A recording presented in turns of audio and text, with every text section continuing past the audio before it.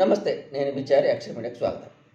Indian railways చాలా ప్రతిష్టాత్మకంగా తీసుకొని ప్రవేశపెడుతున్న నూతన ఇది అమృత్ భారత్ ఎక్స్ప్రెస్ ఆంధ్రప్రదేశ్ మీదుగా ప్రయాణం చేయనుంది. పశ్చిమ బెంగాల్లోని మాల్టా నుంచి కర్ణాటకలోని బెంగళూరు మధ్య నడిచే ఈ రైలు ఏది అమృత్ భారత్ ఎక్స్ప్రెస్ రైలు ఏపీలోని తుని, సామర్లకోట, రాజమండ్రి, ఏలూరు, విజయవాడ, తెనాలి, చీరాల, ఒంగోలు, నెల్లూరు, గూడూరు, రేణిగుంట మీదుగా బెంగళూరు వెళ్తుంది.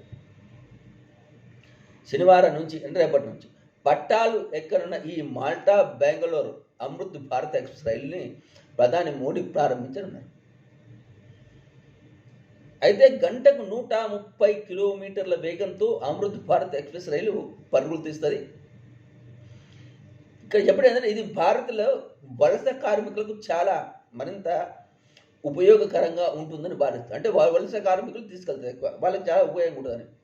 అంటే వలసలు ఒక విధంగా ప్రోత్సహిస్తుందా అని మాత్రం కాదు, వలస కార్మికులు ఇక్కడి నుంచి అక్కడికి పోతుంటారు, వాళ్ళకి ఇది ప్రయోజనకరంగా ఉంటుందని భావిస్తున్నారు. ఇందులో 12 స్లీపర్ తరగతి, 8 జనరల్ బోగీలు ప్లస్ 2 గార్డ్ బోగీలు ఉంటాయి. వందే భారత్ తరహాలో ఇది డైనమిక్గా డిజైన్ చేసి దానికంటే ఎక్కువగా 130 కిలోమీటర్ల వేగంతో పోద్ది. దివ్యాంగ ప్రయాణికులకు కూడా, మహిళలకు అధునాత సౌకర్యాలు ఈ ఎక్స్ప్రెస్లో ఉంటాయట. మరి రేపు ప్రారంభమైన తర్వాత కానీ ఈ అమృత్ భారత్ ఎక్స్ప్రెస్ పరిస్థితి ఏది, ఎంత స్ట్రాంగ్, ఎంత సౌకర్యాల సంగతి మనకు తెలుస్తుంది.